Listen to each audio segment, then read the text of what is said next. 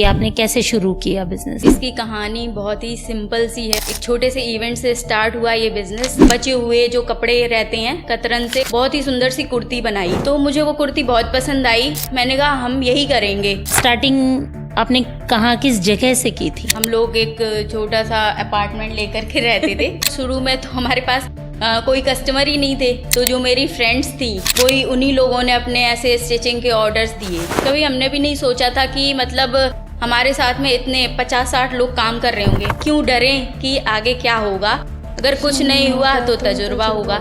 TRD talk show में स्वागत है आप सभी का। आज की जो हमारी गेस्ट रहेंगी वो रहेंगी राजकुमारी ड्रेसअप लाइक ए प्रिंसेस की ऑनर्स तनिष्का और नेहा। ये दोनों बहनें हैं और इन्होंने इसे एक ब्रांड बनाया है। आइए स्वागत करते हैं नेहा और तनिष्का का। स्वागत है नेहा, स्वागत है तनिष्का। नमस्ते, थैंक यू। जी खुश रहिए। Thank you for inviting us. Welcome. कैसे हैं आप दोनों? बहुत बढ़िया। बिजनेस कैसा है? बिजनेस भी बहुत बढ़िया चल रहा है। टचवुड, बहुत अच्छी बात है। हम शुरुआत करेंगे आपसे, इस बारे में जानने की कोशिश करेंगे कि आपने कैसे शुरू किया बिजनेस। इसकी कहानी बहुत ही सिंपल सी है और बहुत ही एक छोटे से इवेंट से स्टार्ट हुआ ये बिजनेस। मैं आईटी बैकग्राउंड से हूँ, मैंने बीटेक किया हुआ है और तनिष्का मेरी सिस्टर, इन्होंने पहले तो लाइफ साइंस से बीएससी की हुई है। मैं जॉब कर रही थी और ये अपनी पढ़ाई कर रही थी किरोड़ीमल कॉलेज में दिल्ली से। एक दिन समर वेकेशन हुई और ये घर पे गई मम्मा के पास, क्योंकि मेरी मदर हैं जो वो बुटीक चला रही हैं काफी टाइम से। और हम लोग जहाँ से रहने वाले हैं एक छोटा सा गांव है, तो आसपास के गांव की बहुत सारी लड़कियां वहाँ पे आती हैं, मम्मी से सीखती थी। तो घर में ही ऐसा माहौल था, हमें पहले से ही थोड़ी बहुत नॉलेज थी चीजों की कि कैसे कटिंग होती है, क्या होता है, इन चीजों का थोड़ा बहुत आइडिया हमें था जी। कभी खुद से नहीं किया था लेकिन आइडिया था। तो तनिष्का वेकेशन पे घर गई और बचे हुए जो कपड़े रहते हैं कतरन से उसने एक बहुत ही सुंदर सी कुर्ती बनाई और फिर वो वापस लेके आई। तो उसने मुझे ये कुर्ती गिफ्ट की। तब मैं किसी आईटी कंपनी में तब जॉब कर रही थी, तो मुझे वो कुर्ती बहुत पसंद आई। मैंने कहा हम यही करेंगे और मैं उसे पहन के गई। अभी भी हमारे पास वो कुर्ती रखी हुई है, मैंने बहुत संभाल के। तो मुझे इसका मतलब वो पैशन और जो एक सेंस था, फैशन सेंस, वो मुझे इसका बहुत पसंद आया। तब इसने कोई डिजाइनिंग का कुछ कोर्स नहीं किया हुआ था उस समय। मैंने कहा कि चलो हम इससे इसी बिजनेस को स्टार्ट करेंगे, जो भी फंड होगा, मैं जॉब कर रही हूँ, मैं लगाऊंगी। और इस तरह से हमने अपनी जर्नी स्टार्ट करी, एक मशीन खरीद करके। जब भी मैं वो कुर्ती पहन के कभी भी ऑफिस जाती थी, सब लोग बहुत तारीफ करते थे उसकी कि ये बहुत सुंदर बनी है। और जब स्टोरी पता चलती है कि बच्चे खुचे कपड़ों से बनी है तो उन्हें और भी पसंद आई वो बात। तो फिर इस तरह से हमने एक पैसे जो मतलब थे मेरे पास, उससे एक मशीन खरीदी और हमने इस तरह से स्टार्ट करा अपना बिजनेस। पैसे का सपोर्ट आपने करा और डिजाइनिंग का सपोर्ट तनिष्का की तरफ से रहा। बहुत अच्छा। राजकुमारी नाम क्यों रखा आप लोगों ने? राजकुमारी बेसिकली हमारी मॉम का नाम है राजकुमारी। तो बस क्योंकि इंस्पिरेशन भी सारी हमें वही उन्हीं से ही मिली है, जो भी सीखा है स्टार्टिंग से ही उन्हीं से सीखा है, तो ये बेस्ट लगा हमें। और ये भी नेहा दी ने सजेस्ट किया था कि हम अपने ब्रांड का नाम राजकुमारी रखेंगे, तो शुरू से ही वही है। बहुत अच्छी बात है। अपनी मदर को आप लोगों ने एक अलग ही आयाम दे दिया है। वो तो कर ही रहे थे काम, बट आपने एक अलग आयाम पे उनको पहुंचाया है। वो इसकी हकदार थी। आप लोगों ने किस ईयर में स्टार्ट किया था काम? रजिस्टर्ड जो हमने कंपनी करवाई है वो 2015 में करवाई है, मतलब LLP रजिस्टर हमने 2015। तो आप तभी से मान सकते हैं कि एक प्रॉपर जर्नी वहीं से शुरू हुई। हाँ, वहीं से स्टार्ट हुआ।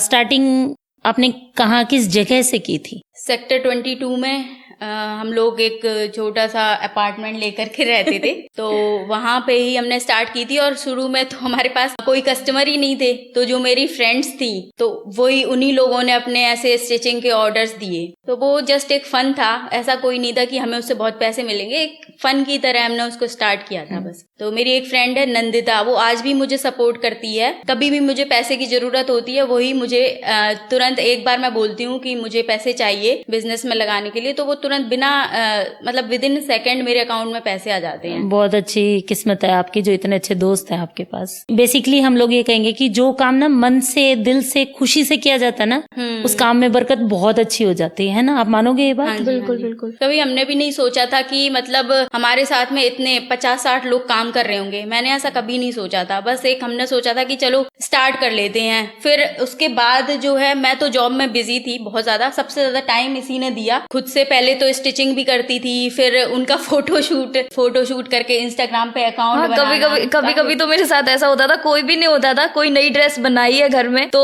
अब फोटो शूट करना है तो मैं टाइमर लगा के फोन में रख के पोज बना दी थी और फोटोज क्लिक करके मैंने तब से तुम्हारे फोटोज देखे हैं। ये मॉडल भी बनना चाहती थी तो मुझे लेकर के गई कि दीदी एक जगह चलना पड़ेगा। मैंने क्योंकि मुझे बहुत डर लगता था इन चीजों से, दिल्ली में ऐसे ऐसे केसेस होते रहते हैं। बिल्कुल वुमेन सेफ्टी का तो एक बहुत बड़ा इशू है हमारे दिल्ली एनसीआर में। तो इन्होंने किसी एजेंसी का नंबर निकाला होगा, तो मैंने कहा मैं भी चलूंगी, मैं तुम्हें अकेले नहीं भेज सकती, पर मैं चलती हूँ तुम्हारे साथ। तो वहां पे वो भी ऐसी फ्रॉड कंपनी ही थी, हमें पता चला। फिर जब हमारा ब्रांड एस्टेब्लिश हो गया और इसकी फोटोज काफी वायरल होने लगी, तो मैंने कहा तुम वैसे भी मॉडल बन ही गई अगर उस तरह से नहीं तो इस तरह से बन, मतलब मैनिफेस्ट जो किया वो पाया। सीधी सी बात, सच्चे मन से जो चीज हम लोग चाहते हैं ना वो अक्सर हमें मिल जाती है। कोशिश लेकिन हमें उसके लिए करनी पड़ती है, कोशिश करते रहेंगे तो हम सक्सेसफुल हो जाते हैं अपनी मैनिफेस्टेशन में। तो क्या क्या चैलेंजेस आते हैं अपने बिजनेस को सेटल करने में, बिजनेस को चलाते रहने में, क्या क्या चैलेंजेस फेस करते हैं आप लोग? जब हम जॉब करते हैं तो आप समझ लीजिए 0 चैलेंजेस होते हैं उसमें, जितने कि उसके कंपैरिजन में जो बिजनेस में हम डेली नया चैलेंज फेस करते हैं। डेली पब्लिक डीलिंग, कस्टमर से डील करना, एम्प्लॉयज से डील करना, रोज छोटी छोटी सर्विसेज के लिए भी डील करना। कभी कभी हमें लॉजिस्टिक से रिलेटेड चैलेंजेस आ जाते हैं तो हमें तुरंत के तुरंत डिसीजंस लेने पड़ते हैं। कई सारे चैलेंज आए, जैसे शुरू में जब हमने स्टार्ट किया तो हमें पता ही नहीं था कौन सी लॉजिस्टिक कंपनी के साथ हमें पार्टनरशिप करनी चाहिए। नई एक कंपनी पिकर स्टार्ट हुई थी, उसके साथ में हमने टाई अप करा और हमने उससे भेजना शुरू किया, तो उनमें काफी इश्यूज आ रहे थे। फिर हमने देखा कि पिकर कंपनी बिहाइंड में किस और दूसरी कंपनी के थ्रू अपने कुरियर भेज रही है, तब पता चला डिलीवरी से भेजती है, तो हमने फिर डिलीवरी से डायरेक्ट पार्टनरशिप कर ली। तब से तो हम डिलीवरी से ही भेज रहे हैं, और plus DTDC, BHL, multiple companies से, जिसमें ज्यादा मतलब प्रॉफिट होता है उस हिसाब से हम वहां से जिसकी अच्छी सर्विसेज हैं, जिससे अच्छा प्रॉफिट मिल जाता है, मार्जिन मिल जाता है, उसी से आप बेचेंगे। रॉ मटेरियल का जैसे रहता है, रॉ मटेरियल कैसे आप कहाँ से अपना करते हैं? मैं आपका बिजनेस आइडिया नहीं लेना चाह रही हूँ, बट आप एक बेसिक जो रहता है कि हम रॉ मटेरियल कहाँ से लेना बेटर रहता है, ठीक रहता है। दिल्ली में काफी मार्केट्स हैं, जैसे चांदनी चौक में काफी मटेरियल्स मिल जाते हैं, सीलमपुर मार्केट है वहाँ पे मिल जाते हैं, और भी नई काफी फेमस हो रही है इंस्टाग्राम पे कतरन मार्केट वो भी बहुत फेमस हो रही है। तो इन जगह से अच्छे खासे, मतलब अगर आप स्टार्ट कर रहे हो अपना बिजनेस तो कतरन मार्केट से भी ले सकते हो, पर अगर एक स्केल पे आपका बिजनेस आ गया है तो Seelampur is the best market in Delhi,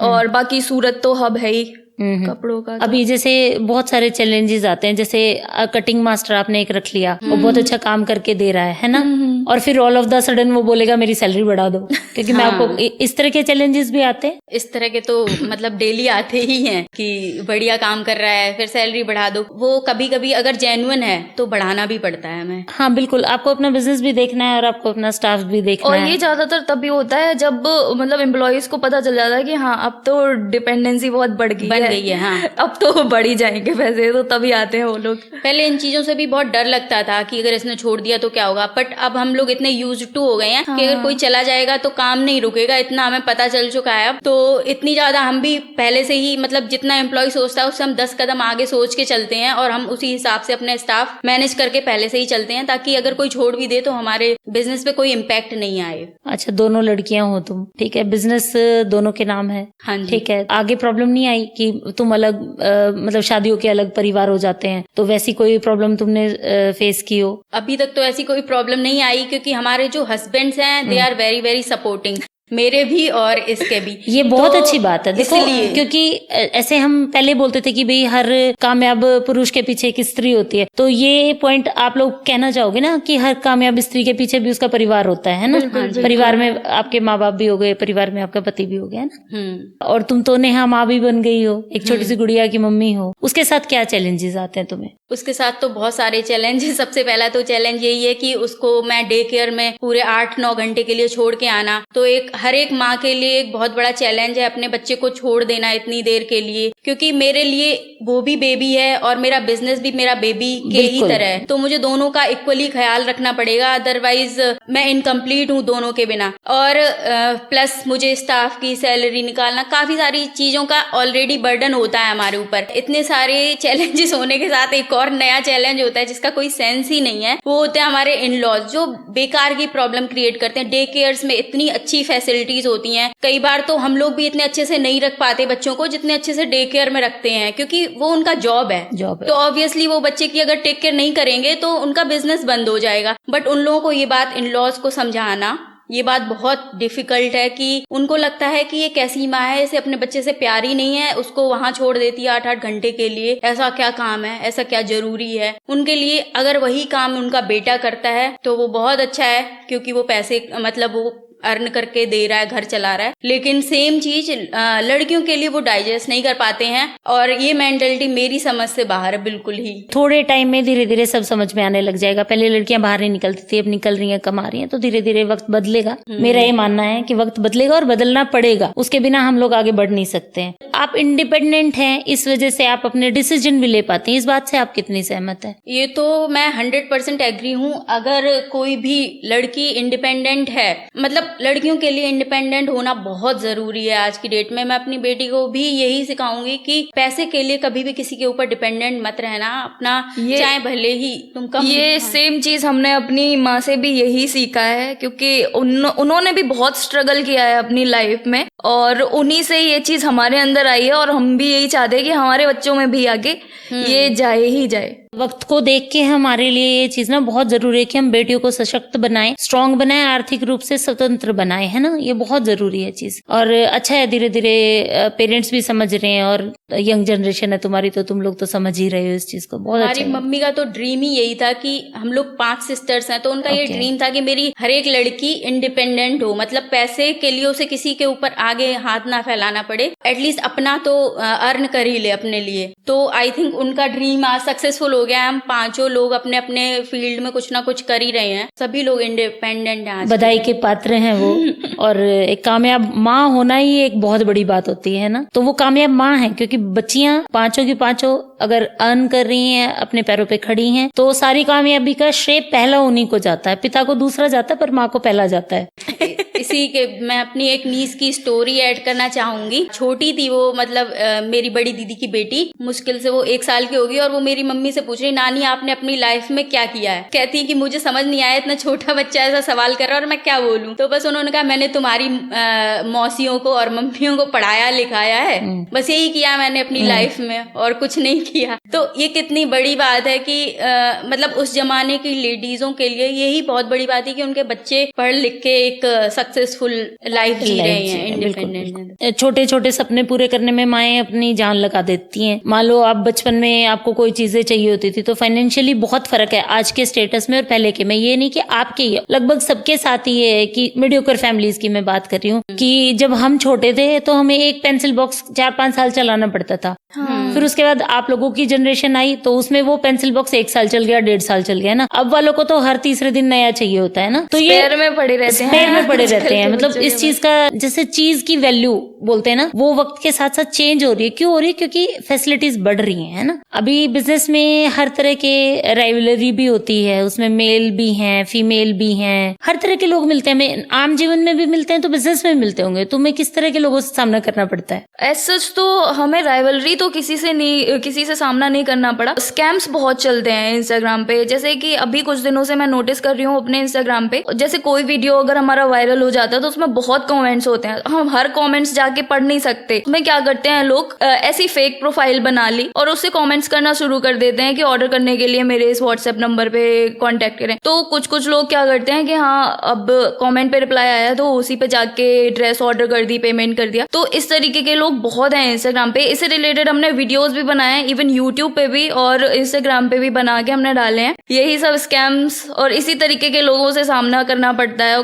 कुछ कस्टमर्स भी कभी कभी ऐसे आ जाते हैं, बहुत इशू इशू क्रिएट कर देते हैं। जैसे कभी होता है कि पार्सल एक दिन डिले हो गया, पर कपड़े हैं, मेरा ये मानना है कि अगर कपड़े किसी ने ऑर्डर कर रहे हैं तो भाई वो 1 घंटा 2 घंटा 3 घंटा डिले हो गया अगर डिलीवरी में, तो इंसान मर तो नहीं जाएगा। लोग उसमें इशू क्रिएट कर देते हैं, उसका इतना इशू बना लेते हैं कि मेरे कपड़े नहीं आ रहे हैं, मेरा इतना डिले हो गया है, पार्सल कब आएगा। दवाई तो है नहीं कि आप खाओगे नहीं तो आपको कुछ इशू हो जाएगा। कुछ लोगों के लिए कपड़े भी दवाई का काम करते हैं। वो उसका रीजन बताती हूँ मैं तुमको कि जैसे हम लोग खाली हैं, अगर हमारे पास करने को कुछ नहीं है तो हम क्या करेंगे, हम शॉपिंग करते हैं, फिर हमारी सारी एनर्जी ना उधर लग जाती है और वो फिर उसी में रहता है कि अरे कब आएगा, कितना आएगा, क्या आएगा। और खासकर ये जो बुटीक वाला मैटर है ना, इसमें तो आप जब फिजिबली भी आपके पास क्लाइंट आते हैं, आपने देखा होगा कि कितना ज्यादा चिपको हो जाते हैं, यहाँ से चुभ रहा है, यहाँ से टेढ़ा हो गया, यहाँ से मेढ़ा हो गया, परफेक्ट फिटिंग के बावजूद भी। तो इस तरह के कैसे डील करती हो? पेशेंस के साथ। हाँ, क्या बिजनेस ने पेशेंस बहुत अच्छा सिखा दिया है? बहुत पेशेंस सिखाया है। अब इसीलिए हम लोग ने क्या किया है, स्टार्टिंग से ही बुटीक वाला जो काम है ना वो बहुत ही इग्नोर किया है, वो हम नहीं लेते। हमने अपना राजकुमारी ब्रांड इसीलिए बनाया है क्योंकि इस तरीके के लोगों का सामना कम करना पड़े। हमारा ऑनलाइन बिजनेस है, हम ऑनलाइन पे ही ज्यादा फोकस करते हैं क्योंकि इस तरीके के कस्टमर्स ना, हमारा टाइम हमारी एनर्जी बहुत लगती है उसमें। अब कभी कभार ऐसे लोग आ भी जाते हैं तो बस वही जो जितना उन्होंने बोला हमने उनको करा के दे दिया। फिर उन्होंने बोला ऐसा भी होता है, कभी कहेंगे आधा इंच टाइट हो गया तो हमने आधा इंच लूज करा दिया, अब कहेंगे कि बहुत लूज हो गया है इसको और टाइट करा दो, फिर हमने टाइट करा दिया। ऐसा तो लगा ही रहता है कपड़ों के बिजनेस में, तो ये चलता रहता है।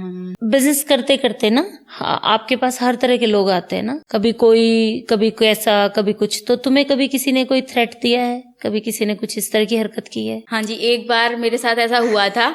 हुआ ये कि हमने साफ साफ बोल रखा है सभी एम्प्लॉयज को, टर्म्स एंड कंडीशंस बता रखी हैं जॉब की कि अगर आप बिना बताए छोड़ दोगे कंपनी को, हर कंपनी की अपनी अपनी टर्म्स पॉलिसीज होती हैं, आपका जितना भी पेंडिंग अमाउंट है उसके लिए कंपनी जिम्मेदार नहीं होगी। अगर आप हमें 10 दिन पहले, 15 दिन पहले कोई मजबूरी आप हमें इन्फॉर्म करके छोड़ोगे तो जितना भी आपका बैलेंस बन रहा होगा हम पूरा क्लियर करेंगे, क्योंकि हमें डील करना है मतलब एक लेबर क्लास के साथ, पढ़े लिखे तो होते नहीं है वो लोग। तो इसलिए हमने सारी डॉक्यूमेंट करके और उनसे हम साइन करा लेते हैं जब भी। तो ऐसा हुआ कि हमने ऑफिस शिफ्ट किया तो एक बंदे ने पहले तो ज्वाइन कर लिया, इवन हमने उसको रेज भी दिया सैलरी में। उसने बोला कि हाँ मैं करूंगा आपके साथ, और फिर उसने अचानक से छोड़ दिया क्योंकि तब तक बहुत सारे वर्कर आई गए तो हमें उसकी टेंशन नहीं थी कोई भी। उसने छोड़ दिया, उसके 1000 रुपीज बन रहे थे। उसने फोन करके बोला कि मैम आप मेरे पैसे दे दो। तो मैंने कह दिया कि तुमने जब बिना बताए छोड़ा था तब तुमने पैसे के बारे में नहीं सोचा।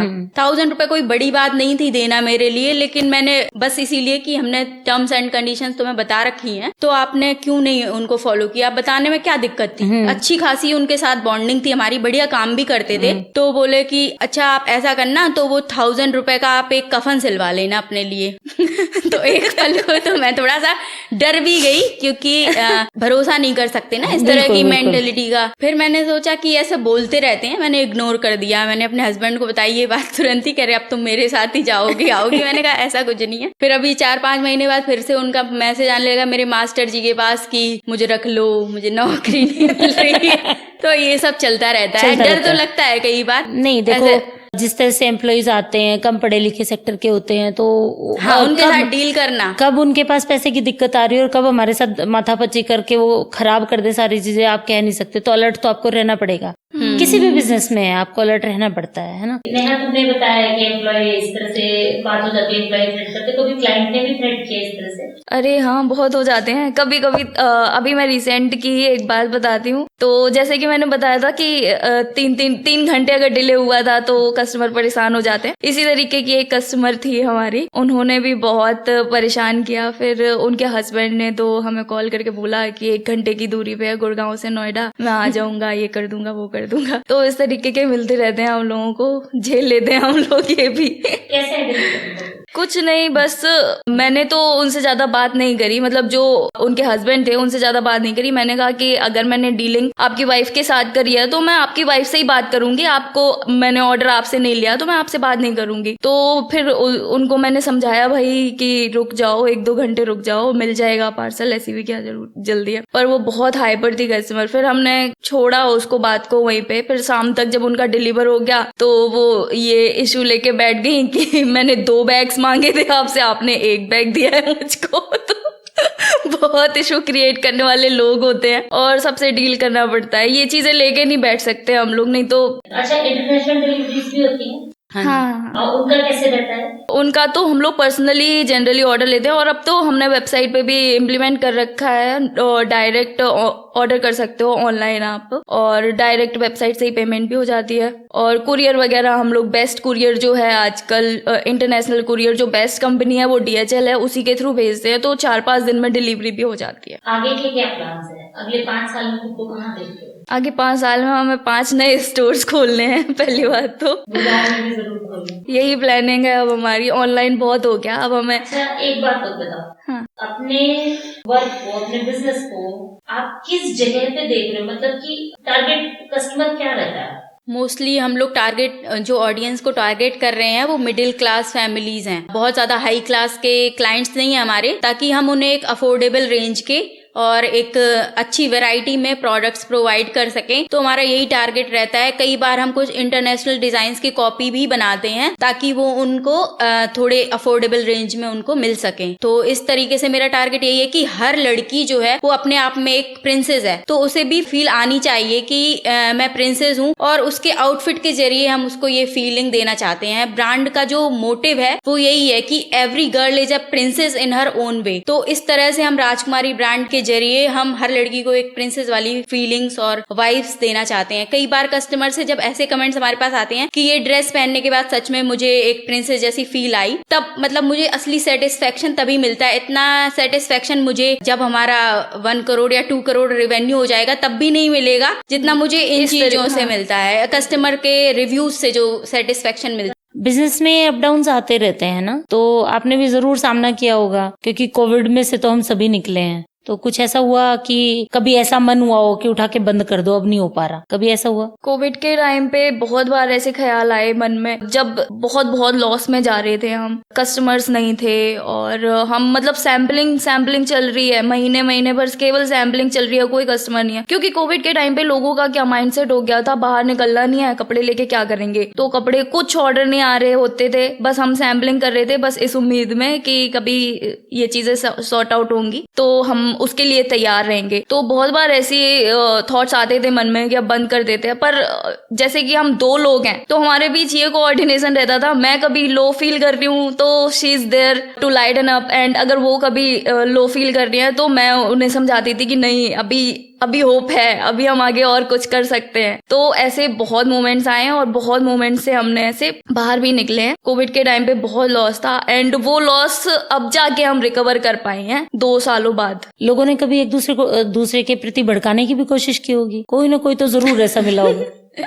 पर हम लोगों के बीच अंडरस्टैंडिंग बहुत है, इसलिए जो भड़काने वाले हैं वो भी पहले सोचते हैं कि इन्हें भड़काएं या नहीं भड़काएं, क्योंकि आई थिंक कि भड़काने से कोई फायदा नहीं होगा। कोविड के टाइम का मैं एक और किस्सा ऐड करना चाहूंगी। मेरे हस्बैंड IT में हैं, तो भगवान की दया से उस टाइम उनका बिजनेस ठीक चल रहा था, तो जो भी फंड इशूज हुए तो उन्होंने मुझे स्पॉन्सर कर दिया। तो इस तरह से चल रहा था बिजनेस। और क्या कहते, मेरी उसी टाइम पे मेरी बेटी भी हुई थी। बस इन लोगों ने 2 महीने ही बंद किया था कोविड में। फिर जैसे ही गवर्नमेंट नॉर्म्स आ गए थे कि आप अपना चला सकते हैं, मतलब फुली शट डाउन जो था वो 2 महीने ही रहा था। फिर भी बहुत ही रिस्क में कि क्योंकि माहौल ही ऐसा था ना कि बाहर निकलना है तो मतलब मर भी सकते हो। तो फिर भी ये लोग अपनी जान पे खेल कर ऑफिस ओपन करते थे, क्योंकि वर्कर्स हैं, उनको तो उनके पास तो कोई चारा ही नहीं है, हम तो अपना खर्चा चला लेंगे। तो हमने किसी को फायर नहीं किया उस दौरान, और सबको रखा, और जितना भी हमसे हो सकता था उस तरह से हमने किया। और फिर हमारे दिमाग में एक आइडिया क्लिक किया लाइव सेल का, जो हमने तब स्टार्ट की, क्योंकि उससे हमारे कस्टमर्स फिर से वापस आ गए। आप शॉप पे जा नहीं सकते, लाइव कपड़ों को देखने की फीलिंग वहां से ही आई लोगों में कि हाँ, देख के बिल्कुल लुक एंड फील वही आ जाता है लाइव सेल में।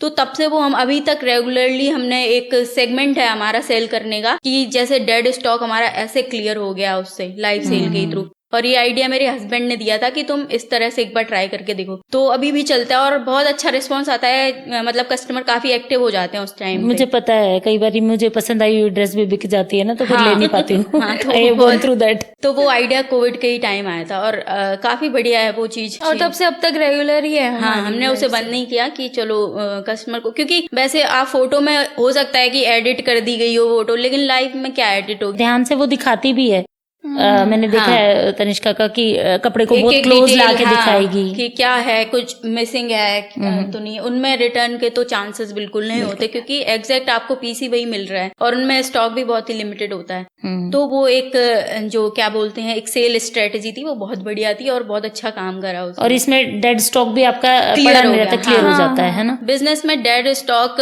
बहुत ही कम रहे ना, क्लोथिंग बिजनेस में तो सबसे ज्यादा प्लस पॉइंट वही होता है। तो हमने डेड स्टॉक को क्लियर करने के लिए ये स्ट्रेटेजी बना ली है। नई जो लड़कियां हैं जो तुम्हारे फील्ड में आना चाहती हैं, उनको क्या सजेस्ट करोगी? मैं यही सजेस्ट करूंगी कि देखो, लाइफ में अप्स एंड डाउन्स आते रहेंगे, तो अगर आपको खुद में बिलीव है तो किसी की मत सुनो। अगर तुम्हें लगता है कि यू कैन डू इट, तो उसको एक ट्राई जरूर करो। वो वाला शेर है जो विकास दिव्य कीर्ति सर का, क्यों डरें कि आगे क्या होगा, अगर कुछ नहीं हुआ तो तजुर्बा होगा। तो इसलिए ट्राई जरूर करना चाहिए, भले ही आप सक्सेस हो नहीं हो वो तो बात की बात है, बट अगर ट्राई नहीं करोगे तो पता कैसे चलेगा कि फेल भी हो सकते हैं या सक्सेस भी। बिल्कुल बिल्कुल, फेलियर और सक्सेस तो जिंदगी में लगे ही रहते हैं, हमेशा का ही है ये। तो आपका स्ट्रेट लाइन में तो लाइफ खत्म हो जाती है, ऊंचे नीचे होते रहना चाहिए। ऑलमोस्ट हर पॉडकास्ट में ये लाइन मेरे मुंह से निकलती है। हाँ वही तो, अगर आप सोचो कि सब कुछ सही चल रहा है तो फिर मजा ही नहीं आएगा कि हाँ भाई पैसे आ रहे हैं। जब तक फेलियर नहीं चखोगे तो आप सक्सेस का मजा उतनी तसल्ली से नहीं ले सकेंगे। जैसे होता है ना कि लाइट चली गई और फिर लाइट आती है तो कितना अच्छा लगता है ना। जिनके यहाँ लाइटिंग जाती है उनको पता ही नहीं है। हाँ, कि अप एंड डाउन तो पार्ट हैं लाइफ के, चलते रहेंगे। आप लोगों को ना बहुत बजट फ्रेंडली है, ये मैं मान के चलती हूँ, क्योंकि मैंने भी बहुत बार आप लोगों से कपड़े बनवाए हैं। तो बजट फ्रेंडली है हमेशा से। उसमें आप कैसे अपना प्रॉफिट कमा पाते हो और कैसे हम लोगों को सस्ता दे पाते हो, क्योंकि कंपटीशन बहुत है आज के टाइम में, तो वहां स्टैंड आउट कैसे करते हो? वहां सबसे मेन पॉइंट आता है सोर्सिंग का। सोर्सिंग जितनी अच्छी आप कर लोगे उतना अच्छा आपका प्रोडक्ट निकल के आएगा। तो सोर्सिंग में बहुत दिमाग लगता है, जो कि हम दोनों मिलके करते हैं, और पूरा दिमाग वहां लगा के उसके बाद जो प्रोडक्ट बनने तक की प्रोसेस होती है उसमें भी बहुत दिमाग देना पड़ता है कि कहीं भी कोई अगर प्रोडक्ट 1 घंटे में अगर बन जाता है, उसमें कारीगर हमारे 2 घंटे 3 घंटे तो नहीं लगा रहे। ये सारी चीजों का रिकॉर्ड रखना पड़ता है हम लोगों को, तभी जाके एक अफोर्डेबल आउटफिट निकल के आता है जिसको हम सही रेट पे मार्केट में बेच सकते हैं। तो ये प्रोसेस में मतलब मेनली दिमाग की प्रोसेस है कि कहाँ पे क्या कॉस्ट कटे हम कर सकते हैं, कहाँ पे क्या मटेरियल यूज कर सकते हैं जिसकी वजह से ये मतलब अफोर्डेबल पीस बन जाए। जैसे कभी कभी होता है हमारे पास कस्टमर आते हैं 1.5-2 लाख की ड्रेस लेके आगे कि मुझे इसके जैसी ड्रेस बनवानी है, और बजट हो उनका 30-40 हजार रुपए। तो वहां भी बहुत दिमाग लगाना पड़ता है कि जैसे अगर एम्ब्रॉयडरी हो रही है तो 4 जगह हम पूछेंगे कि कौन अफोर्डेबल प्राइस पे एम्ब्रॉयडरी करके हमको दे रहा है, तो वहां से एम्ब्रॉयडरी करवाएंगे, कौन सा कपड़ा हमें बेस्ट प्राइस पे मिल रहा है। तो ये सारी चीजें टैकल करना मेन काम है। जो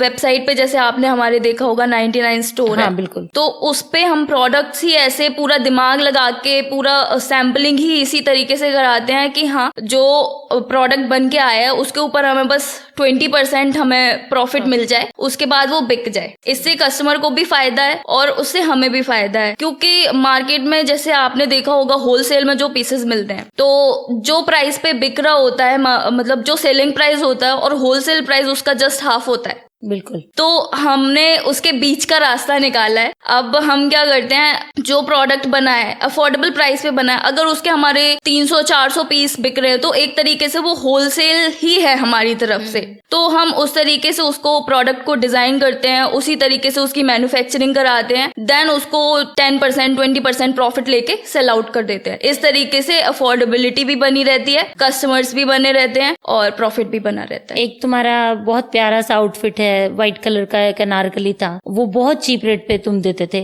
और मेरे पास भी हैं 2, वो एक मेरा एक मेरी बेटी का, लेकिन वो मैंने ना बहुत वायरल होते हुए देखो, कोई भी बेच रहा है उसको। इन सब चीजों को कैसे हैंडल करते हो कि आपकी चीज को कोई भी सेल कर रहा है, उठा के अपना, आपकी फोटो लगी हुई थी उसपे, तो उसको कोई और सेल कर रहा है, उन चीजों को कैसे हैंडल करते हो? कुछ लॉ फर्म्स के साथ बात करते हो या छोड़ देते हो, कैसे करते हो सब चीज? वो जिस अनारकली की आप बात कर रहे हो वो हमारा मतलब एक बिजनेस का टर्निंग पॉइंट था। हुआ ये था कि जब हमने, एक कस्टमर ने वो ऑर्डर दिया था हमें कि मुझे इस तरह का अनारकली चाहिए, 1500 उसकी फ्लैट रेट था, तो हमने उसको डिजाइन करा और उसका जो पिक्चर्स आए वो बहुत वायरल हो गए। वो प्रोडक्ट मतलब 3 साल तक ट्रेंडिंग में रहा था, अभी भी सेल हो रहा है वो वेबसाइट्स पे, तो अलग अलग वेबसाइट्स। वो क्या था कि मतलब हमारी सेल जो 50,000 पर मंथ थी उस प्रोडक्ट की वजह से हमारी 3 लाख पर मंथ पहुंच गई थी उस टाइम पे। तो एक बूम जो आ जाता है ना, एक प्रोडक्ट की वजह से आ गया था। उस कस्टमर के लिए ही बनाया था हमने, उसको एक गिफ्ट भी भेजा उस कस्टमर को बाद में कि आपकी वजह से मतलब ये प्रोडक्ट काफी हिट हो गया हमारा। और फिर वो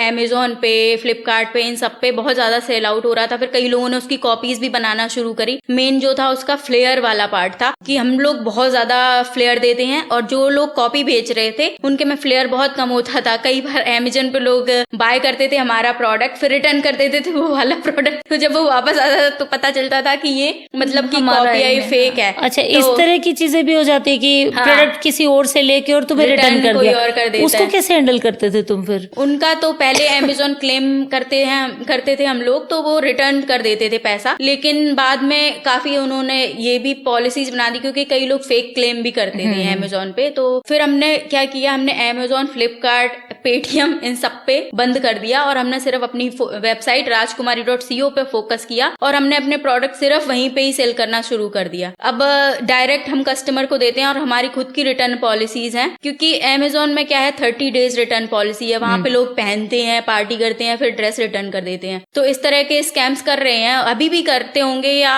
अब मे बी अमेजोन ने कोई और इसका वे आउट ढूंढ लिया होगा।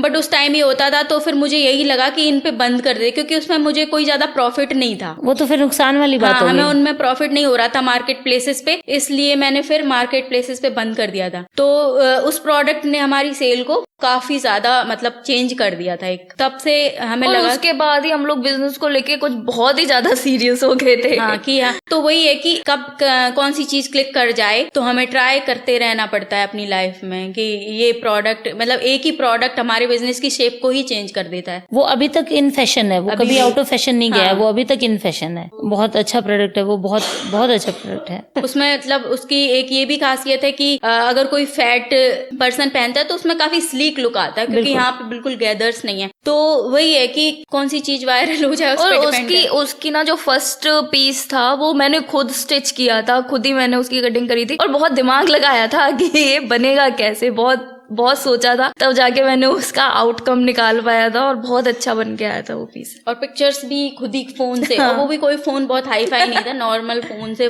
क्लिक करके डाली थी। 10,000 एक दिन में हमारे 2,000-3,000 फॉलोअर्स इंस्टाग्राम पे बढ़ रहे थे उस प्रोडक्ट की वजह से। हाँ जी। तो आपका मास्टरपीस हो गया एक तरह से, उसको मास्टरपीस प्रोडक्ट बोल सकते हैं। अब तक ऐसा दोबारा नहीं कोई प्रोडक्ट आ पाया, आप ये समझ लीजिए। उसके बाद फिर कोई कस्टमर देगा ऑर्डर आपको, फिर आएगा। तो उसके बाद फिर हम लोग एक्सपेरिमेंट करते रहते हैं। फिर हमने कस्टमर को अट्रैक्ट करने के लिए 99 स्टोर लॉन्च कर दिया, तो उससे फिर कस्टमर्स आते हैं अभी भी। तो कंपटीशन को इसी तरह हम टैकल करते हैं, नई नई चीजें ला करके, नए नए एक्सपेरिमेंट, नए नए प्रोडक्ट्स डिजाइन करके अफोर्डेबल रेंज में। बहुत अच्छी बात है, क्योंकि आपको कंटिन्यू एक्टिव रहना पड़ेगा। अगर आप किसी भी बिजनेस में हैं, कंटिन्यू एक्टिव रहेंगे, नई चीजें लाएंगे, तभी आगे बढ़ने के स्कोप अच्छे होते हैं ना। और फैशन तो है ही ऐसा चीज की मतलब आए दिन अगर आप उसमें कुछ भी नया नहीं लाओगे तो लोग वैसे ही। अच्छा, आपने लिटिल राजकुमारी भी करके एक पेज स्टार्ट किया है, वो बिटिया होने के बाद स्टार्ट किया आपने? हाँ, सही कहा आपने। उसके बाद ही स्टार्ट किया हमने किड्स वियर में, क्योंकि किड्स वियर में उतने मतलब अच्छे प्रोडक्ट बना के भी नहीं देते हैं। मतलब आप पर्सनल बुटीक्स पे जाओगे तो आपको, क्योंकि टाइम उतना ही लगता है। देखो ये नहीं है कि बल्कि ज्यादा लगता है कि जैसे मान लो हम स्टिच कर रहे हैं तो बड़े लोगों के में तो आपका हाथ स्लीव में जा रहा है और आप निकाल रहे हो, छोटे बच्चे के में तो बहुत टेक्निक यूज करनी पड़ती है और बहुत ध्यान से बनाना पड़ता है, क्योंकि अब बच्चों को चुभे ना, किस तरीके का मटेरियल यूज करें, जिपर्स लगे होने चाहिए कपड़ों में ताकि पहनाना इजी हो। बहुत सारी चीजों का ध्यान रखना पड़ता है किड्स वियर में। बिल्कुल। कैसा रिस्पॉन्स रहा लिटिल राजकुमारी का? बहुत अच्छा, बहुत अच्छा। जब आप सोर्स करते हो प्रोडक्ट्स ना, तो कभी उसमें भी कभी कोई घोटाला हुआ हो आप लोग के साथ? जैसे रनिंग मटेरियल इकट्ठा लिया है आपने, उसमें आपको लगा हो कि आपने यहाँ से लिया, वहाँ यहाँ इतने का मिला, ऐसा कुछ होता है? ऐसा तो होता है। जब हम स्टार्टिंग में थे, मतलब क्योंकि हमें इस फील्ड की कोई भी नॉलेज नहीं थी, ये सब करने से ही सीखा है हमने। तो पहले जो फैब्रिक हमें मिलते थे 50 रुपए मीटर, अब हमें वो मिल जाते हैं 15-16 रुपए मीटर। तो वो धीरे धीरे हमने एक्सप्लोर करते गए और हमें पता चलता गया, और फिर क्वांटिटी में बाय कर रहे हैं रहे हैं तो भी डिपेंड करता है। और स्कैम इसमें छोटे मोटे होते हैं, और इस तरह के स्कैम तो हर बिजनेस में हो ही जाते हैं। जैसे कि हमने पूरा थान लिया, अंदर पूरा गंदा निकल गया, खराब निकल गया, तो कुछ शॉपकीपर्स हैं जो कि एक्सचेंज कर लेते हैं, जो जानते रेगुलर जिनके साथ है डीलिंग, वो एक्सचेंज कर लेते हैं। लेकिन कुछ नहीं भी करते हैं तो वो लॉस हमें बेयर करना पड़ता है। अच्छा, जैसे ऑनलाइन आपके पास पेमेंट्स आती हैं, उनमें भी लोग कर देते हैं कि पेमेंट बिना करे स्क्रीनशॉट बना के भेज देते हैं, ऐसा हो जाता है? ऐसा करते हैं, लेकिन हम लोग इतने चालाक हैं कि हम पकड़ लेते हैं। आज तक हमें ऐसे कोई बेवकूफ बना नहीं अच्छा, पाया। गूगल पे पे भी बहुत स्कैम्स चलते रहते हैं कि हमने परचेज कर लिया है, आप एड्रेस गलत दे देंगे और कुछ भी। जैसे एक चला था कि पे क्लिक करते थे कि पे कर दो, तो वो उधर से मैसेज आता था 2000 और उस पे क्लिक करो तो वो आपके पेमेंट चली जाती थी। इस तरह का भी पेमेंट रिक्वेस्ट लोग कर देते हैं। हाँ, पेमेंट रिक्वेस्ट, एक्यूरेट वर्ड वही है। ऐसा हुआ था एक बार, पर वो गलती से ही एक कस्टमर ने पेमेंट करने की जगह पेमेंट रिक्वेस्ट भेज दी थी। तो फिर मैंने जब उन्हें देखा, मैंने रात में देखा तो मुझे लगा 2 बार, मतलब उसने मुझे दिया और मैंने वापस कर दिया उसको पेमेंट। तो फिर उस कस्टमर ने कर दिया था। जेन्युइन कस्टमर्स हैं कुछ तो हमारे पास, की ज्यादातर तो देखो जेन्युइन ही रहते हैं, एक आधा ही होता है। जैसे मैं कभी पहले मेरे साथ भी हुआ था ऐसा कि एक क्लाइंट ने 4-5 चीजें ऑर्डर कर दी और उसके बाद डिलीवरी नहीं ली। पेमेंट उसने सीओडी बोला था और फिर उसने डिलीवरी नहीं ली। ये तो होता है, सीओडी वाला तो बहुत होता है। अब ये कॉमन हो गया हमारे लिए कि चलो, पर हमने सीओडी में थोड़ा सा एक वो कर दिया है, मतलब फिल्टर करने के लिए कि जेन्युइन ही बंदा सीओडी ऑर्डर प्लेस करे। तो हमने वेबसाइट पे एक अपने मतलब फीचर डेवलप करवा दिया ताकि एडवांस पेमेंट हम लोग ले लेते हैं। जैसे आप सपोज सीओडी ऑर्डर प्लेस करना चाहते हो, आपका 1500 का बिल हो रहा है, तो उसमें से हम 250 रुपीज एडवांस ले लेते हैं और जो बैलेंस अमाउंट है वो आप डिलीवरी के टाइम पे कर दो। तो जो 250 देने वाला बंदा होता है ना, वो मतलब उसका 80% चांस होता है कि वो ले लेगा। तो इस तरह से हम लोग उसमें फिल्टर कर देते हैं उन बंदों को। वो ज्यादा बेटर रहता है कि ताकि मान लो रिटर्न करे तो एटलीस्ट अपना कुरियर का खर्चा तो निकल जाएगा, है ना? निकल गया। हाँ, वो 250 नॉन रिफंडेबल है। वही छोटी छोटी चीजें आपको एक परफेक्ट बिजनेस पर्सन बनाती हैं। तो और भी क्या चीजें हैं जो आप लोगों को सजेस्ट करना चाहोगे कि इस तरह के काम करें अपना जब भी बिजनेस करें? छोटी छोटी चीजें, क्या कभी ऐसे माइंड में आया कि कोई ऑनलाइन कोर्स स्टार्ट कर दें आप लोग बिजनेस के ऊपर या स्टिचिंग के ऊपर? इस तरह से कभी आया दिमाग में? ये हमारा फ्यूचर प्लान है, मतलब ऑनलाइन ये कोर्सेज मैंने ट्रैक कर लिया है। कोर्सेज हम स्टार्ट करेंगे, लेकिन पहले एक चीज तो स्टेबल हो जाए। फ्यूचर प्लान है, बहुत अच्छी बात है। All the very best for that. अच्छा नेहा, तनिष्का, बिजनेस में और जॉब में ना बहुत डिफरेंस रहता है ना। जॉब में आपको छुट्टियां मिलती रहती हैं, बिजनेस में आप छुट्टी नहीं ले सकते हो ना। त्योहारों पे घर जाना है, इन लॉज के पास जाना है, तो उन सब चीजों को कैसे हैंडल करते हो? मतलब बिजनेस के प्रोज एंड कॉन्स क्या रहते हैं? हम सेटलमेंट करके चलते हैं कि अगर छुट्टियां लेनी है तो एक टाइम पे, जैसे मैं देख रही हूँ ऑफिस ये छुट्टी ले सकती हैं और कभी ये अवेलेबल है तो मैं छुट्टी ले लेती हूँ। तो इस तरीके से मैनेज करके चलते हैं हम लोग। अच्छा, जैसे घर में ही कोई फंक्शन हो, दोनों बहनें हो और घर में ही कोई फंक्शन हो तो दोनों को जाना पड़ेगा, तो पीछे से कौन संभालता है? तो अब तो हमने मतलब टीम इतनी स्ट्रांग कर ली है कि अगर हम लोग 4 दिन अवेलेबल नहीं है तो वो आराम से हैंडल कर सकते हैं। बाकी कॉल्स वगैरह, वीडियो कॉल्स पे कनेक्ट रहते हैं तो टीममेट्स देख लेते हैं। ये अभी अच्छी टीम होना एक बिजनेस के लिए बहुत जरूरी चीज है, राइट? टीम पूरी सिखाना भी बहुत बड़ी बात है, मतलब क्योंकि जो जैसे हमारे यहाँ पे लोग आते हैं तो कुछ तो बिल्कुल ऐसे होते हैं कि जिन्हें कुछ आइडिया नहीं होता, पर उनको फिर सिखाना पढ़ाना सब अपने लेवल का बनाना पड़ता है, तभी वो आगे जाके चीजें हैंडल कर पाते हैं। तो ऐसे भी हमने 2-3 लोग ट्रेन कर रखे हैं बिल्कुल अपने लेवल के, कि हम नहीं हो तो आराम से हैंडल कर ले सारी चीजें और देख ले। बिजनेस में अगर आपके जो एम्प्लॉइज हैं उनका फेथफुल होना भी बहुत जरूरी होता है ना? किसी ऐसे एम्प्लॉय का कोई किस्सा जिसने कभी कोई गड़बड़ की हो, इस तरह की कोई? ऐसे तो अभी तक नहीं आए हैं हमारे बिजनेस में, बस वो थोड़ी बहुत चोरी वोरी होती रहती है। कैसे कि धागे चुरा लेंगे, कपड़ा चुरा लेंगे, कपड़े चुरा लेते हैं। जैसे अब कोई कपड़ा रखा हुआ है, बड़े दिनों से ध्यान नहीं दिया तो गायब हो जाता है पीछे से, फिर जब हमें याद आता है अरे हाँ वो भी कपड़ा था, उससे तो नहीं होता है। तो ये थोड़ी बहुत चोरियां। सीसीटीवी कैमरे लगे हुए हैं ऑलरेडी, लेकिन फिर भी उनको ढूंढना थोड़ा सा डिफिकल्ट टास्क हो जाता है कि मतलब 2-3 घंटे बैठ के देखो उसे। छोटे मोटे इश्यूज हो जाते हैं, बट ऐसा कोई बड़ा नहीं अभी तक हुआ कि कोई और हाँ, एक हमारे बार जो हैंडल एम्प्लॉय करने वाले हो जाते हैं कि इन हाँ। चीजों को आप हैंडल कर सकते हो। 4 से 5 बंदे कुछ ऐसे हो गए हैं, मतलब बहुत ही बढ़िया एम्प्लॉयज हैं वो हमारे यहाँ पे, क्योंकि हम भी अच्छा बिहेव उनके साथ करते हैं तो वैसा ही वो लोग भी। आप अपने एम्प्लॉयज के साथ कैसी रिलेशन बना रहे हो वो भी बहुत ज्यादा मैटर करती है। पुराने भी एम्प्लॉयज हैं, 4-4 5-5 साल पुराने एम्प्लॉयज हमारे साथ काम कर रहे हैं। बॉन्डिंग अच्छी है हमारी टीम के साथ में। बहुत जरूरी है वो बिजनेस में आपको अपने एम्प्लॉयज के साथ बॉन्ड करना, एज ए फैमिली उनको लेके चलना बहुत जरूरी होता है ना। अपना बिजनेस चला है, जैसे आप लोगों का क्लोथिंग स्टोर है, उसमें स्टिचिंग भी करवाते हो, कटिंग करवाते हो, एम्ब्रॉयडरी का होता है, कलर कॉम्बिनेशंस होते हैं आपको। जैसे मान लो पर्पल सूट है, पर्पल सूट पे मैरून तो पाइपिंग लगाने में बड़ी अजीब सा हो जाएगा ना, तो उसके साथ पिंक बहुत अच्छी जाएगी। तो ये सब चीज एक स्किल के अंडर आती हैं। तो वो कैसे हैंडल करते हो, उस तरह किस तरह से करते हो उस पे काम? ये अभी तक तो फैशन डिजाइनिंग वाला जितना भी काम है वो तो मैं देखती हूँ, और मेरी एक असिस्टेंट है, उसके साथ हम लोग ये काम करते हैं। बाकी जो पूरा ऑफिस मैनेजमेंट का काम होता है वो नेहा दी देखती हैं। कपड़े बनवाना मेरा काम है बाकी और आगे बाकी का जो काम ऑपरेशंस मैनेजमेंट, कस्टमर हैंडलिंग भी एक पॉइंट तक, वो चीजें मैं ही ज्यादातर हैंडल करती हूँ। उसमें जरूरी नहीं है कि आप, अगर आप एक बिजनेस क्लोथिंग बिजनेस चला रहे हैं तो इसमें जरूरी नहीं है कि आपको स्टिचिंग आनी ही जरूरी है। आप में इसमें बाकी स्किल्स एडिशनल हो जाती हैं, वो सब चीजें भी आप लेके चल सकते हो। इसी में हमारे प्लस पॉइंट ये हैं कि मुझे ये स्टिचिंग वाला पार्ट पूरा आता है, मतलब डिजाइनिंग का पार्ट पूरा मैं देखती हूँ, ये प्लस पॉइंट। और इनको पूरा का पूरा हैंडलिंग जो होती है ऑपरेशंस, बिजनेस में क्या चीजें नीडेड है, क्या फाइनेंसेस नीडेड है, वो सारा ये देखते हैं। तो हम दोनों का दिमाग जब लग जाता है ना तो एक कंप्लीट पैकेज हाँ। पैकेज बन जाता है। बिल्कुल, बहुत अच्छी बात है। और इतना इजी भी नहीं होता दो लोगों का मिलके काम करना, बेशक चाहे बहनें भी हों,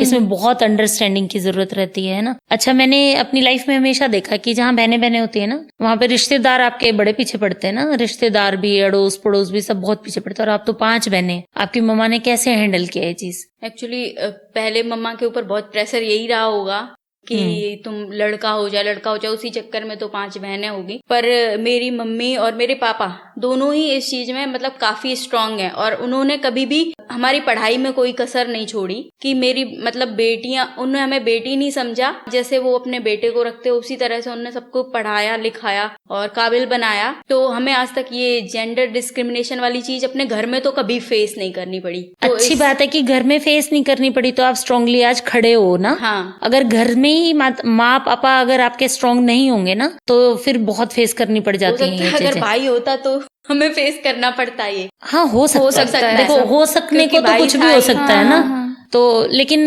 5 बेटियां आज अपने माँ पापा को प्राउड फील कराती हैं, तो ये उनके लिए भी गर्व की बात है और आप लोगों के लिए भी गर्व की बात है ना। जब भी आप जैसे अपने होम टाउन जाते हो, वहाँ अड़ोस पड़ोस की जो खुसुर पुसुर होती हैं, वो किस तरह की रहती हैं? वो लोग मतलब जब हमारी एजुकेशन के टाइम पे ही टॉन्ट करते थे। जनरली सब जगह यही होता है कि बेटियों को पढ़ा रहे, पैसा बर्बाद कर रहे हैं, क्या फायदा, शादी तो करनी ही है, क्यों बर्बाद करें, ऐसे दहेज के लिए बचाओ। पर उन लोगों ने, मेरे पेरेंट्स ने इन चीजों पे कभी ध्यान नहीं दिया। और ये भी रहा है हमारे साथ कि कपड़े वगैरह के लिए भी कभी नहीं हमारे पेरेंट्स ने, जितना मोहल्ले वाले बोलते थे कि ये जीन्स पहने हैं, मतलब क्योंकि है तो हम लोग भी गांव से ही एक बिलोंग करते हैं, तो जितने आस पड़ोस वाले बोलते थे कि इनकी लड़कियां तो जीन्स पहन के घूमती हैं ये वो, तो उन लोगों ने कभी ये चीज हमारे तक नहीं आने दी। अपने ही एंड पे उनने सॉर्ट आउट कर ली, तभी मुझे लगता है इसीलिए ये कॉन्फिडेंस आया हमारे अंदर। बिल्कुल, स्ट्रॉन्ग फादर और स्ट्रॉन्ग मदर का होना मेरे बहुत पापा जरूरी तो है। मतलब जब हम छोटे थे कि भाई मतलब जैसे कि लड़कों को बोल देते चलो तुम ईंटें चढ़ाओ, तो हमने ये भी काम मतलब कि चलो लेबर बच गई, घर बन रहा है, जाओ तुम चढ़ाओ। तो उनने कभी ऐसा लगने ही नहीं दिया कि तुम लड़की हो तो तुम ये चीज मत करो। तो शायद वहीं से ही ये कॉन्फिडेंस आया है। और मैं और भी मतलब लेडीज को, आज की जो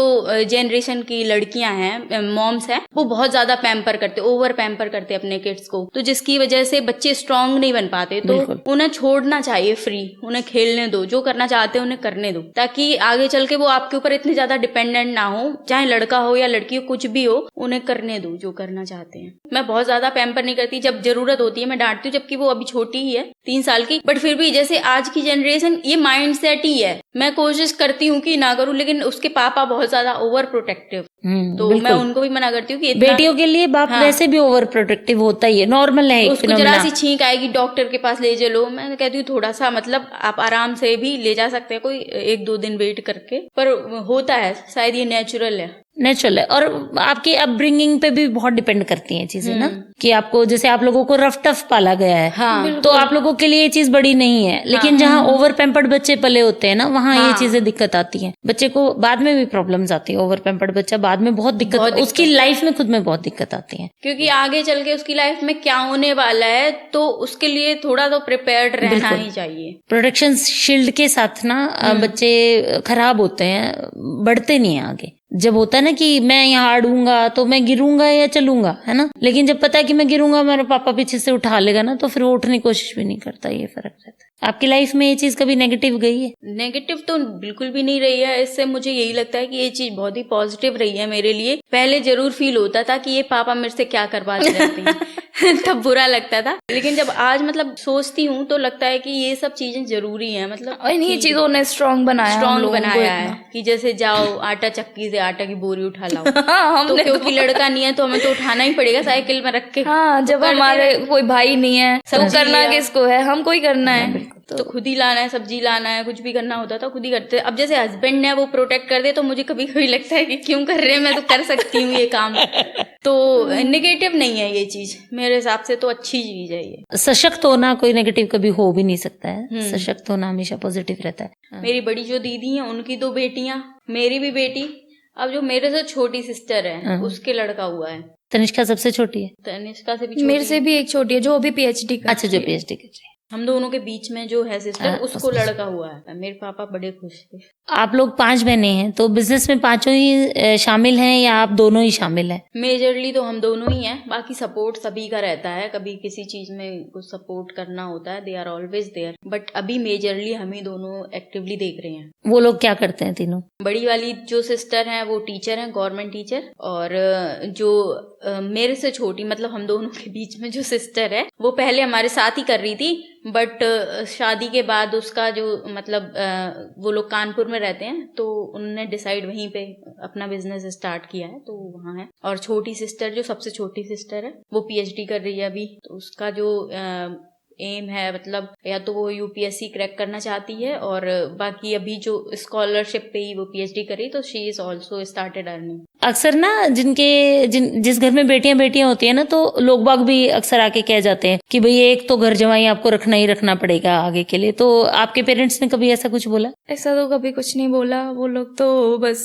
आधे टाइम तो मेरी मम्मी इसी चीज में परेशान रहती हैं कि मेरी तो 5 की 5 बेटियां हैं, मेरे साथ तो कोई रहेगा नहीं, जबकि उनको हम लोग पूरे टाइम यही बोलते रहते हैं हमारे पास आओ रहो। पर अब उन्हें क्या है कि उनको वहीं अच्छा लगता है, होम टाउन में ही अच्छा लगता है, तो बहुत ही कम होता है जब वो आती हैं। मे बी इन फ्यूचर वो हम में से किसी के भी साथ रहना चाहेंगी तो रहेंगी आराम से, ऐसी कोई कभी घर जमाई वाली बात नहीं आई। क्योंकि जो हम लोगों के हस्बैंड्स हैं they are very much supporting, मतलब वो हमारे पेरेंट्स को अपने पेरेंट्स की ही तरह ट्रीट करते हैं। हम दोनों के इवन हमारे घर में अभी तक भी जितने भी दामाद आए हैं, आप कह सकते हो, किसी का भी ऐसा नेचर नहीं है मतलब वो दामाद वाला वो दिखाएं, ऐसा कोई भी नहीं है। तो काफी मतलब अंडरस्टैंडिंग है सभी में। दामाद के टेंट्रम नहीं आए अभी, हाँ, ये बहुत अच्छे बेटे ही आए एक तरह से, आप ही कह सकते हैं। तो वो हमेशा कभी भी कुछ फंक्शन होता घर में एक्टिवली वो लोग हमारे पार्टिसिपेट करते हैं, सब सपोर्टिंग है, सब सपोर्टिंग। तो छोड़िए आप लोग के लिए बहुत अच्छा रहा कि सब सपोर्टिव रहते हैं। एक बिगेस्ट पिलर आप कह सकते हो हमारी फैमिली है, तो सभी लोग मिलजुल के करते हैं हेल्प सभी की, कहीं पर भी जरूरत होती है। हम अभी वन वर्ड एक गेम हम खेला होगा तुम लोगों ने बहुत ना, तो वो खेलते हैं, है ना, लाइफ के बारे में। It's not about business, it's about life. प्यार ऋषभ, प्यार मेरी बेटी, लाइफ एक खेल है, लाइफ जर्नी, माँ मेरी सब कुछ, हमारी सब कुछ है माँ, मेरी सब कुछ, रिश्तेदार प्रॉब्लम क्रिएटर्स कुछ अच्छे कुछ खराब, यारी, जस्सी मेरे हस्बैंड, तृप्ति। सबसे क्लोज किसके हो? हम दोनों एक दूसरे के। Good, this was good. दोनों का एक ही रिप्लाई था। सपोर्ट सिस्टम, फैमिली, हर्डल्स तो मतलब आते ही रहते हैं, part of life. Part of life. अच्छा, favourite colour? Black. Olive green. Olive green पहन रखा है हमने। दोनों ने। अच्छा।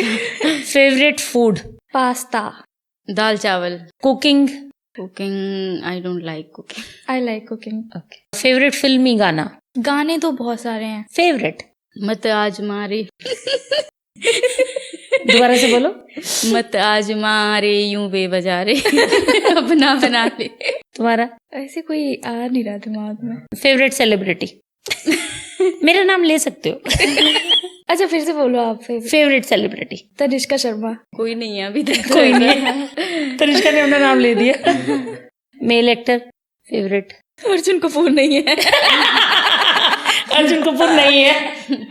अब पता काम में इतने अब हम लोग वो हो गए हैं ना, तो इन सब चीजों पे बिल्कुल हट ही गया है हमारा फोकस ना। ये चीजें बिल्कुल अलग। अपने तुम उस वक्त को मत भूलना कभी भी, जो कॉलेज में था ना, उसको हमेशा याद रखना। और स्पेशली जब आप बच्चों के साथ होगे ना, तो हमेशा उस एज में जाना और समझना इस चीज को। पेरेंटल टिप है एक ना, ये काम आएगा हमेशा लाइफ में, कि जिस लाइफ में आपका बेबी है उस लाइफ में आपकी क्या थॉट थी, आपको क्या चाहिए था और आपको कैसे ये चाहिए था कि आपको कैसे ट्रीट किया जाए ना, वो चीज हमेशा याद रखना। Motherly advice. अच्छा, अगर आपको 5000 रुपीज दिया जाए तो आप क्या खरीदना पसंद करोगे? और खरीदना ही है, उससे जमा नहीं करना उसको। बैग।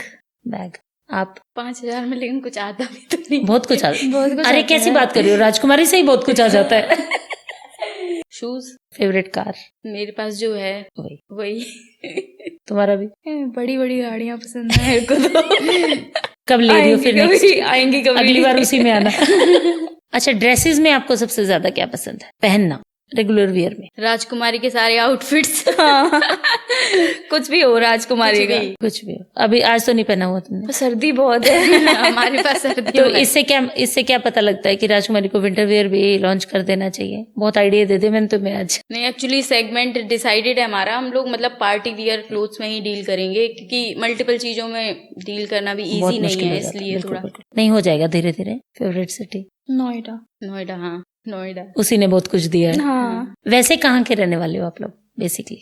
वैसे हम लोग बिधूना एक कस्बा है इटावा जिले के अंदर, वहाँ। एमपी में? नहीं, यूपी में। इटावा यूपी में। ओके। यूपी में। ट्रेवल डेस्टिनेशन क्या ज्यादा पसंद है, माउंटेन्स और सी? दोनों ही मतलब अपनी अपनी जगह सही है मेरे लिए। तो मुझे दोनों जगह, मुझे ट्रेवल करना ही पसंद है, तो कहीं भी ले जाओ।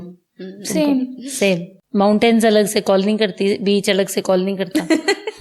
जब कॉल करते हैं हम पहुंच जाते हैं। जो कॉल करता है हम पहुंच जाते हैं। कैसे ट्रेवल करना पसंद करते हो? बाय कार, अपनी कार से जाना पसंद करते हो, या मोड ऑफ ट्रांसपोर्ट की क्या पसंद है ज्यादा? ट्रेन, प्लेन, क्या? ट्रेन से ज्यादा पसंद है मुझे। बाइक। बाइक। हाँ, ऋषभ साथ रहे। हाँ, ठीक ठीक ठीक। वीडियोस देखे मैंने तुम्हारे। शादी लव रही या अरेंज रही? लव। मेरे घर की पहली शादी लव मैरिज जो हुई थी वो इन्हीं की हुई थी। उसके बाद तुमने मौका मार लिया? नहीं, मेरी तो अरेंज मैरिज है। तुम्हारी लव लगती है। इसी नोट पे हम लोग आज की जो गप्पे हैं, आज के जो बातें शातें हैं, उनको आज हम खत्म करते हैं। नेक्स्ट एपिसोड में जल्दी ही मिलेंगे हम लोग, कि ताकि तुम तब तक राजकुमार को भी लॉन्च कर लो। है ना? All the very best from our TRD talk show. और जल्दी दोबारा से भी मिलेंगे हम लोग। और आप लोग अपने आईडी हैंडल्स वगैरह बता सकते हो व्यूअर्स को, ताकि लोग आप तक पहुंच पाए इजीली। 4 इंस्टाग्राम पेज हैं हमारे।